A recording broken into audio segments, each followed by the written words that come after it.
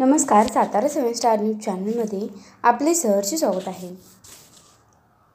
विजेच्या लपंडावाने धामणेर ग्रामस्थ त्रस्त, रहमतपूर महावितरण कार्यालयास घातला घेराव.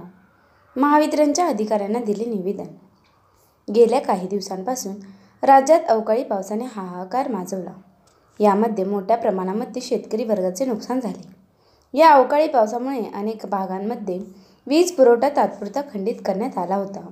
मात्र सातारा जिल्ह्यातील कोरेगाव तालुक्यातील धामणेर गावात गेल्या 15 दिवसांपासून विजेचा लपंडाव पाहावयास मिळत आहे. विजेमुळे त्रस्त झालेल्या धामणेर ग्रामस्थांनी आज सकाळी रहमतपूर येथील महावितरण कार्यालयाला घेराव घातला. गेल्या 15 दिवसांपासून रोज सकाळ संध्याकाळ लाईटचा खेळखंडोबा चालू होता. त्यामुळे नागरिकांना अनेक प्रश्नांना सामोरे जावे लागत होते.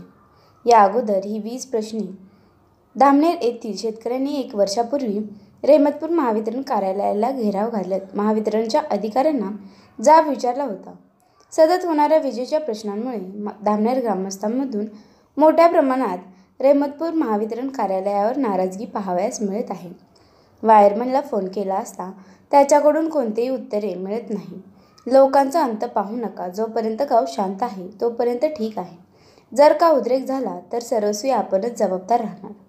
लवकरात लवकर धामणेर गावचा विद्युत पुरवठा पूर्ववत विनाखंडित चालू ठेवावा असे निवेदनात नमूद करत धामणेर ग्रामस्थांनी आक्रमक इशारा दिला आहे.